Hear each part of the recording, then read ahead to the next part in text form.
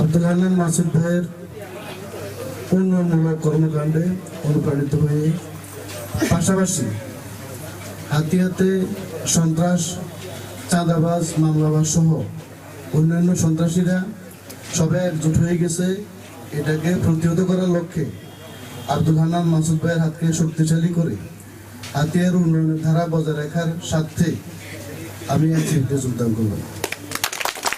অতীতে আমরা বাংলাদেশ জাতীয়তাবাদী দল বিএনপির ছত্রছায়ায় আমরা রাজনীতি করতাম।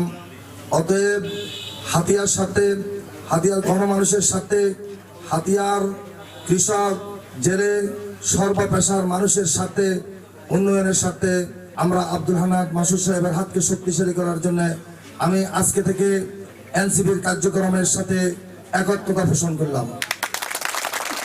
এই জন্য হাতিয়ার একজন সন্তান এই পর্যায়ে পৌঁছেছে, এটা আমরা মনে করি আমাদের সৌভাগ্য।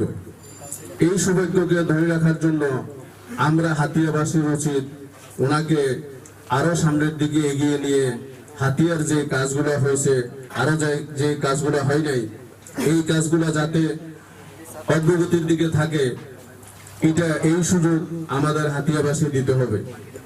মুক্ত করতে হয়, তাহলে একসাথে সন্ত্রাস আর চাঁদাবাজ ব্যতীত হাতিয়ার দল মত নির্বিশেষে সকল মানুষ এক ছায়ার তলে আসতে হবে ইনশাআল্লাহ।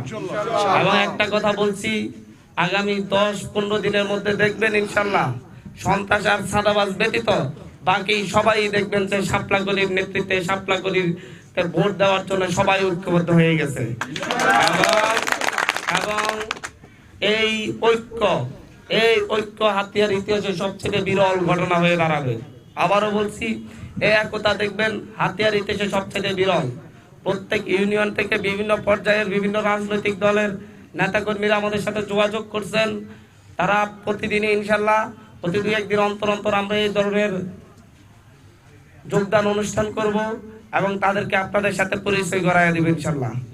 এভাবে ইনশাল্লাহ নতুন এক হাতিয়া গড়ে তোলা হবে। আগামী 12 তারিখের নির্বাচনে ইনশাল্লাহ দেখবেন আমাদের শাপলাকলির জয় হবে। যেই কাস্ট ভোট হবে তার মধ্যে 90% একটাই ইনশাল্লাহ শাপলাকলির থাকবে ইনশাআল্লাহ।